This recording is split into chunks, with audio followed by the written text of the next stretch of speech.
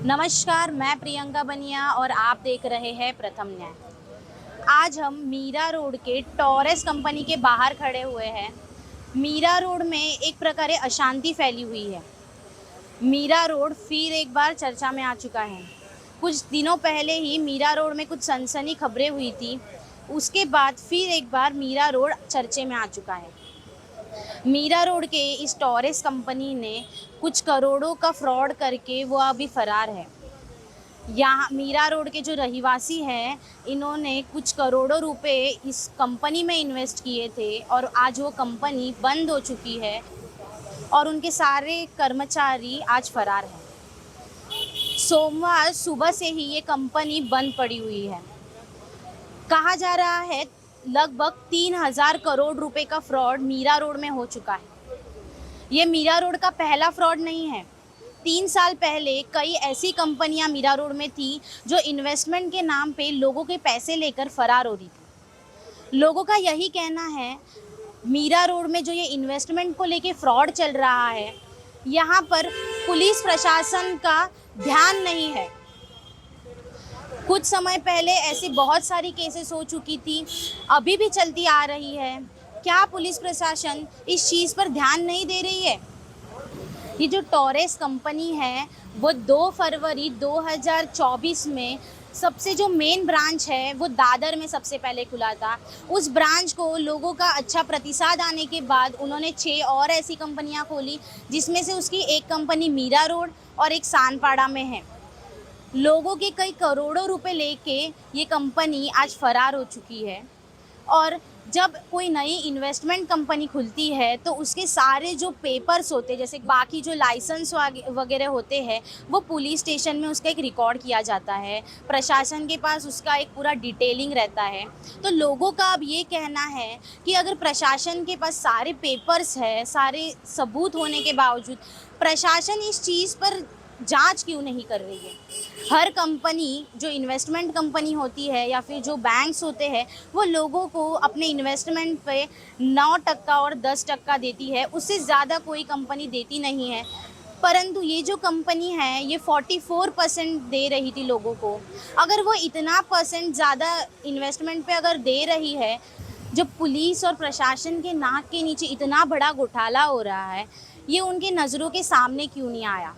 क्या पुलिस प्रशासन का ध्यान नहीं है? लोग इस चीज़ से बहुत परेशान हैं। जो लोगों की जो जमा पूंजी थी, जो लोगों ने अपने बच्चों के लिए, जो अपने फ्यूचर के लिए, करियर के लिए जो जितना पैसा जमा किया था, वो पैसा उन्होंने पूरा ये टॉरेस कंपनी में लगा दिया था। आज वही लोग त्रस्त है कि अब ये हमारा पैसा रिटर्न कैसे आएगा? कौन करेगा हमारा पैसा रिटर्न? ये कंपनी तो फ्रॉड करके फरार हो चुकी है। अभी लोगों का पैसा किस तरह उनके तक पहुंचेगा? आइए देखते हैं यहाँ के जो कुछ इन्वेस्टर्स हैं उन्होंने क्या कहा, उन्हें किस तरह फंसाया गया। ये जो कंपनी है, वहाँ जो लोगों ने इन्वेस्टमेंट की थी, वहाँ के कुछ लोग हमारे साथ जुड़े हैं। आइए देखते हैं उन्होंने किस प्रकार इस कंपनी में इन्वेस्टमेंट की थी और क्या हुआ है उनके साथ। तो सर, आपको इस टॉरेस कंपनी के बारे में कैसे पता चला था? जी, सबसे पहले तो मैं अपना नाम बता दूँ। मेरा नाम सिराज अनवर है। मैं यहीं नया नगर में रहने वाला हूँ। असल में टूरिस्ट के लिए मेरा एक फ्रेंड ने वो 1 महीना पहले यहाँ इन्वेस्ट किया, तो उन्होंने बताया इस तरह का है, यहाँ पे इतना इन्वेस्ट कीजिए, उसके ज़रिए इतना मिलेगा। उस टाइम पे यहाँ पे 60% मिल रहा था, मतलब वीकली 60%। अब हर महीने का 1 लाख रुपये इन्वेस्ट करते हैं तो उसके बदले में आपको वीकली 7,000 रुपया मिलेगा। लेकिन अभी 10 दिन पहले यहाँ उन्होंने ऑफ़र निकाला 9%, फिर उसके बाद लास्ट में उन्होंने न्यू ईयर पे ऑफ़र निकाला 11% का। मतलब 1 लाख इन्वेस्ट करते हैं आप तो आपको वीकली 11% मिलेगा, मतलब मंथली 44,000 रुपया आपको वापस मिलेगा, वो भी 52 वीक तक मिलेगा। अच्छा, जब आपने इस कंपनी में इन्वेस्टमेंट की थी उसके बाद आपके कितने इंस्टॉलमेंट आपको मिले थे? मुझे सिर्फ 2 इंस्टॉल मिले, उसके अलावा मुझे नहीं मिला। उसके बाद मैंने अपने ज़रिए से कुछ फ्रेंडों को भी लगाया, जो मेरा कुल यहाँ पे 12 लाख कुछ रुपया होता है, वो मैंने इन्वेस्ट कराया। मैंने खुद यहाँ 2.5 लाख इन्वेस्ट किया, वो भी मैं 1 साल मतलब जमा किया अपना पूरी, जो कुछ घर में देना था अपने घर वाले को नहीं दिया, जो जमा करके रखा जो एक साथ में देंगे कुछ काम आ जाएगा। वो पैसा मैंने यहाँ इन्वेस्ट किया, दोस्तों ने बताया इस तरह का, मैंने यहाँ इन्वेस्ट किया, सोचा कुछ आगे काम हो जाएगा, वो पैसा निकलेगा। इतना महंगाई दौर में गुजारा सही से नहीं हो रहा है, तो वो जमा करके रखे, तो कुछ घर का भी हालात है तो उसमें इन्वेस्ट कर देंगे, घर में दे देंगे, कुछ काम हो जाएगा, बड़ा काम हो जाएगा।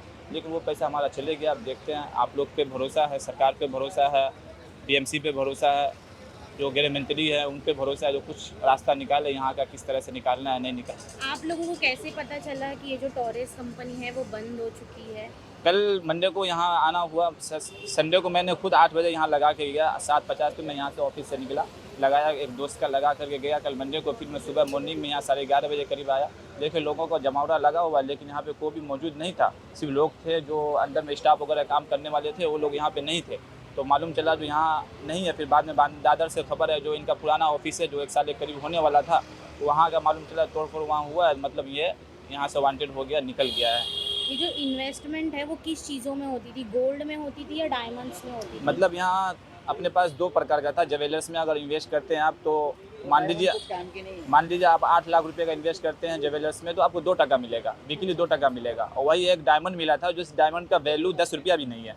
उस डायमंड का उन्होंने कहा जो इसका बाहर विदेश में इसका वैल्यू है, यहाँ इसका वैल्यू नहीं है। विदेश में इसका वैल्यू है, लेकिन उसका 10% भी वैल्यू नहीं है। कौन इस डायमंड को विदेश में लेके जाए? उसमें वो पत्थर ही है समझिए, उसमें सब ने इन्वेस्ट किया। उनको कहना था 11% 11% मिलेगा, उसमें हमने 2.5 लाख रुपये इन्वेस्ट किया, लेकिन ऐसा कुछ भी नहीं मिला। उससे पहले ही रिवांटेड हो गया, ये निकल गया यहाँ से। और ये जो टॉरेस कंपनी थी, उन्होंने ऐसा कुछ स्कीम लगाया था क्या कि आप इसमें और लोगों को जोड़ेंगे तो आपको और भी कुछ हाँ, जोड़ेंगे। जैसे मान लीजिए आप अपने जरिया से किसी को जोड़ते हैं तो आपको 20% बोनस मिलेगा। अब एक आदमी को आप जोड़ते हैं, 1 लाख रुपये आप किसी का लगवा देते हैं अपने जरिया से, आपको 20% बोनस मिलेगा एक साथ में, जो 20,000 रुपये 1 लाख में होता है। उसके जरिए से बहुत सारे लोगों ने जोड़ा।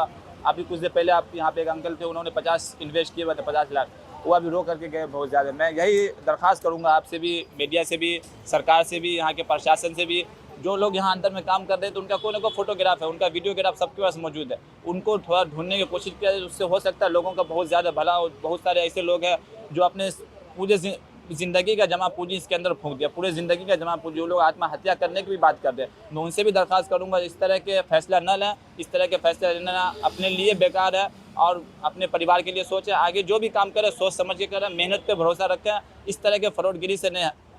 और ये स्कैम 2025 का हम कहते हैं सबसे बड़ा स्कैम है, बहुत बड़ा स्कैम है ये। इस पर सरकार ध्यान दे, जहाँ भी ऑफिस इस तरह खुले उस पर पहले सरकार छानबीन करे क्या है नहीं है। सर, आपने कितना पैसा इसमें इन्वेस्ट किया था? मैंने 50,000 और आपको अब तक कितने इंस्टॉलमेंट्स मिले हैं? मिला, बस 2 ही मिला, उसके बाद नहीं मिला। कितने इंस्टॉलमेंट्स 4,000 मिले? 4,000 रुपये करके 2 हफ्ता आया, उसके बाद नहीं आया।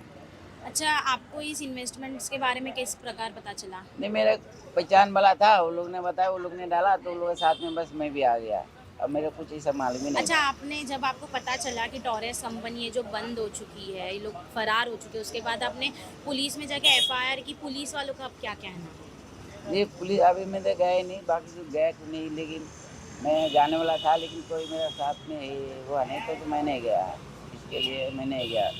पब्लिक जाएंगे साथ में तो हम भी जाएंगे। जैसे कि आपने देखा, लोगों ने हमसे बात की और उन्हें किस तरह गुमराह कराया गया इस लोगों ने। जैसे कि आप मेरे पीछे देख सकते हैं, ये जो टॉरेस कंपनी है उसको सोमवार की सुबह से ये बंद है। मेरे पीछे आप देख सकते हैं, ये जो शटर है ये भी बंद है। यहाँ जो लोग आए हुए हैं वो बहुत आक्रोश में हैं। यहाँ जो लोगों की जो जमा पूंजी थी सारी एक दिन में डूब चुकी है। लोगों को जो टॉरेस कंपनी ने सपने दिखाए थे वो सारे सपने अब टूट चुके हैं। क्या अब इस पर प्रशासन एक नई टीम खड़ी करके इसका इन्वेस्टिगेशन करेगी? क्या लोगों के पैसे रिकवर हो पाएंगे या नहीं हो पाएंगे? किस प्रकार पुलिस प्रशासन इस मुद्दे पर ध्यान दे रही है? यहाँ पर जो लोग आपने देखे वो परेशान बैठे पड़े हैं। 2 दिन से वो लगातार इस कंपनी के बाहर बैठे पड़े एक आस में। ये सारी चीज़ें देखने के लिए देखते रहिए प्रथम न्याय। मैं प्रियंका बनिया, कैमरामैन रफ़ीक खान के साथ।